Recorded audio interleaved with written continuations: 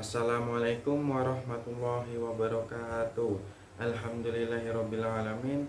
Wassalatu wassalamu ala asrofil anbiya wal mursalin wa ala alihi wa sahbihi ajma'in, amma ba'du.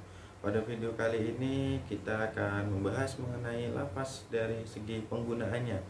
Lafaz dari segi penggunaannya itu ada beberapa macam. Yang pertama hakikoh, yang kedua majaz, yang ketiga syarih, yang keempat kinayah, dan yang kelima takwil. Nah, pada video kali ini kita akan membahas hakikoh dan majaz, karena mungkin kalau kita semuanya kita bahas pada video ini akan panjang durasinya. Jadi kita akan bahas dua saja, yaitu hakikoh dan majaz. Langsung saja, yang pertama kita bahas apa itu hakikoh. Nah, hakikoh itu dalam bahasa Arab biasa disebut al-haqiqah. Nah, dari kata haq yang berasal dari kata kerja haqqo yahiqu, yang berarti nyata, tetap, asli, atau nyata atau kenyataan. Nah, sedangkan secara istilah itu menurut Imam Akhdari, hakikat adalah lafaz yang digunakan sesuai dengan arti yang seharusnya.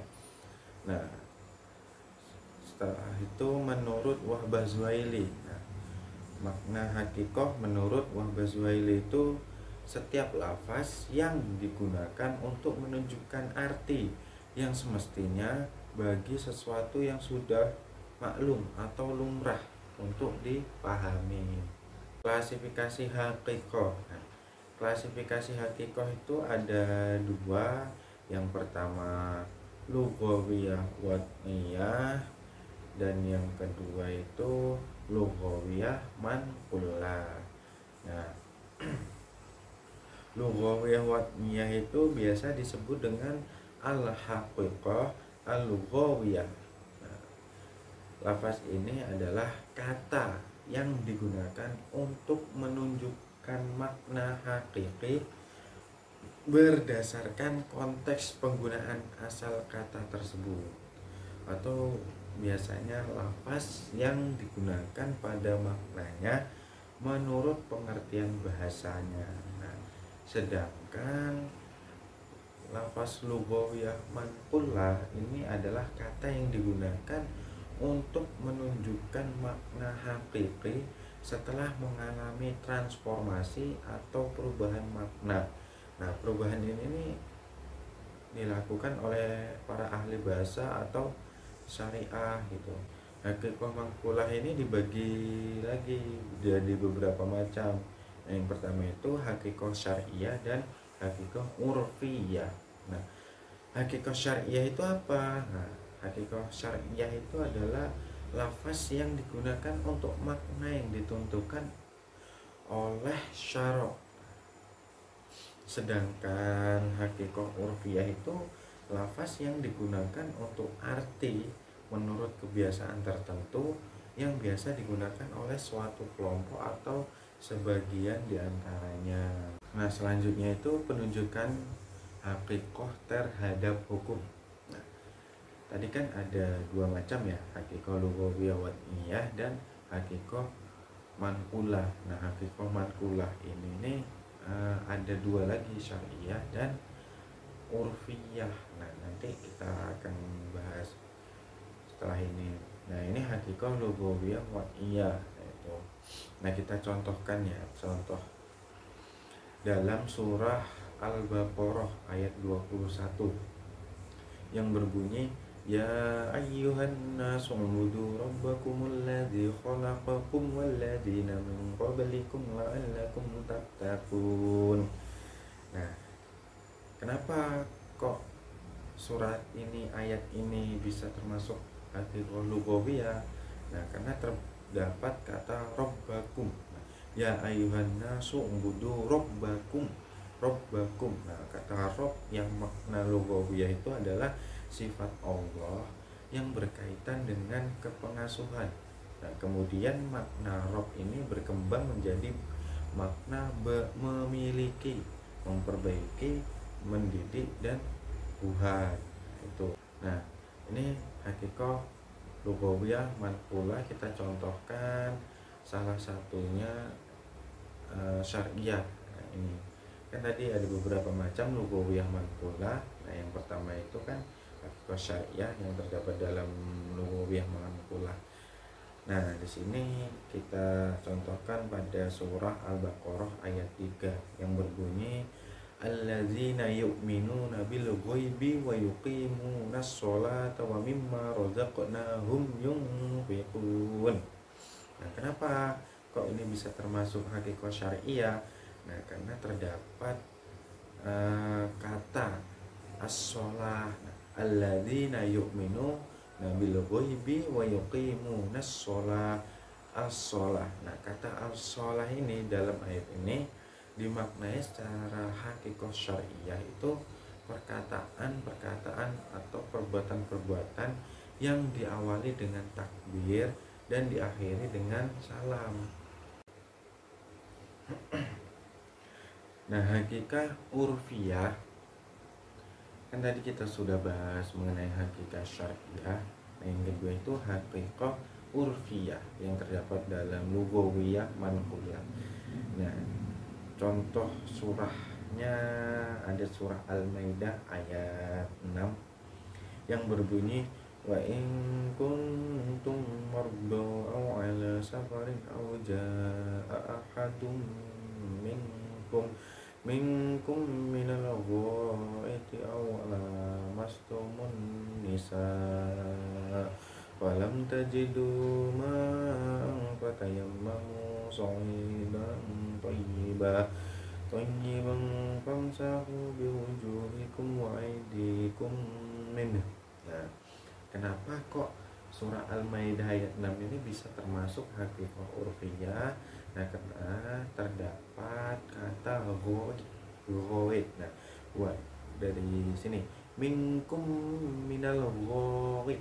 Nah, minal ghaid, al ghaid. Kata al ghaid ini dalam ayat itu memakai makna hakikah urfiyah atau yaitu yang artinya itu kan buang air.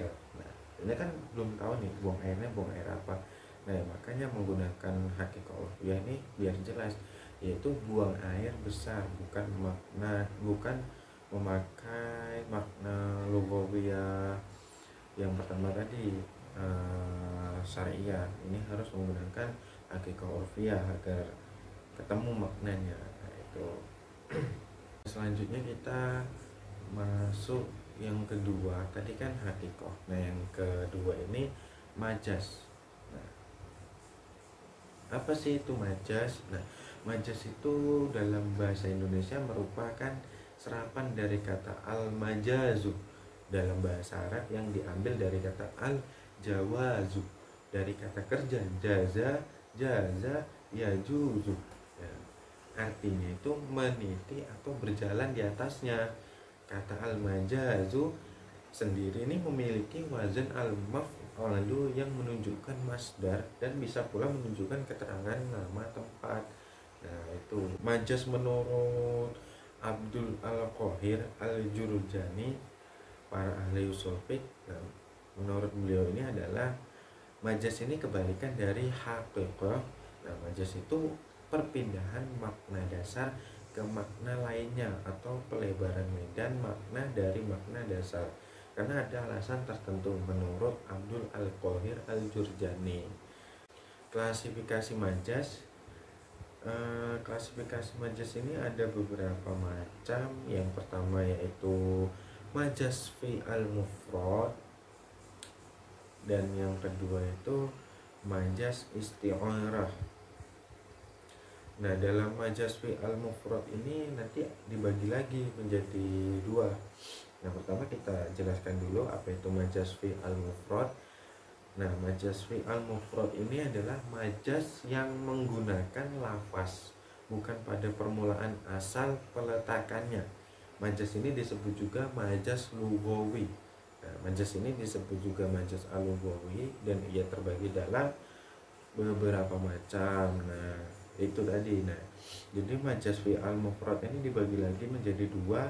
Nah, yang pertama itu al-hadfu atau an-naqsu. Nah, yang kedua az-ziyadah.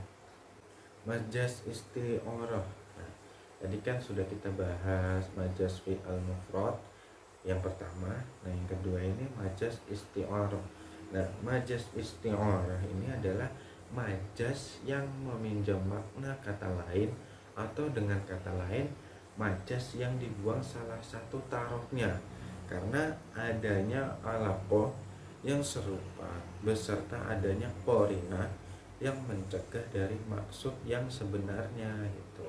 Nah, kita masuk yang kedua, bab terakhir mengenai penunjukan majaz terhadap hukum. Tadi kan klasifikasi majaz atau macam-macam pembagiannya. Nah, ini penunjukan hukum. Nah, apa saja yang termasuk majaz itu.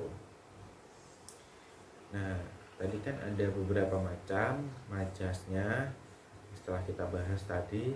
Nah, ini kita contohkan yang ada di dalam Al-Quran. Nah, majaz al-hafsu atau an-naqsu yang pertama kita sebutkan tadi, contoh di dalam Al-Quran itu pada surah Yusuf ayat 82 yang berbunyi was'alil qaryatal lati kunna fiha. Nah, kenapa kok bisa termasuk majaz an-naqsu? Nah, di sini terdapat kata al-qaryah, Nah, kenapa kok bisa sih? Nah, karena kata al-qaryah ini dalam ayat itu membuang lafaz ahla. Dengan demikian qaryah dalam ayat itu diartikan penduduk negeri. Karena kata al-qaryah membuang kata ahla itu, maka kalimat tersebut itu dimaknai majaz naqs. Nah, ulama berargumen mengapa kata qaryah ini harus ditafsir dengan ahla qaryah atau penduduk negeri, ya karena secara logika seseorang tidak mungkin bertanya gitu kan kepada negeri. Hal itu kan mustahil gitu kan. Nah, karena suatu negeri itu tidak mungkin dapat ditanyakan sesuatu, makanya surah ini atau kata ini al-qaryah itu kok bisa termasuk al-naqsu, ya karena ahla qaryah itu penduduk negeri. Ya, secara logikanya kan tidak mungkin kita itu bertanya kepada negeri. Nah, seperti itu. Nah, yang kedua majaz isti'arah. Nah, contohnya yang ada di dalam Al-Quran ini pada surah Al-Kahfi ayat 77.